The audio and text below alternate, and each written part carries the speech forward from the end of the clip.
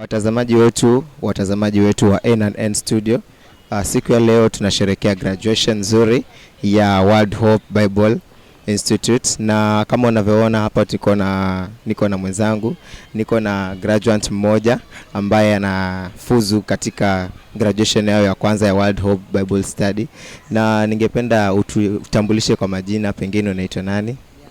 Kwa majina naitwa Pastor Damaris Angila Lukwe. Mimi kama mwanafunzi wa siku ya leo nafurahi sana kuwa mwanafunzi.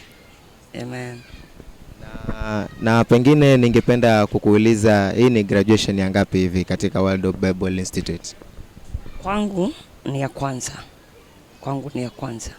Lakini kwa maisha yangu hii ni ya 3. Lakini kwa World Hope hii ni ya kwanza. Yeah.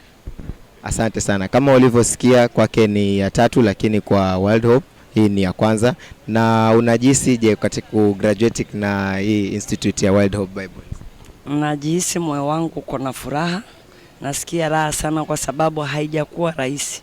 Miaka 2 kama mchungaji kusoma si kitu rahisi. So kwangu imekuwa ni neema nyingine tofauti. Pia kuvaa hii gauni nasikia ni kama nimepanda kiwango kingine. Na kusoma pia nimekuja kugundua ni kitu cha muhimu sana kwa mtu yote katika ulimwengu.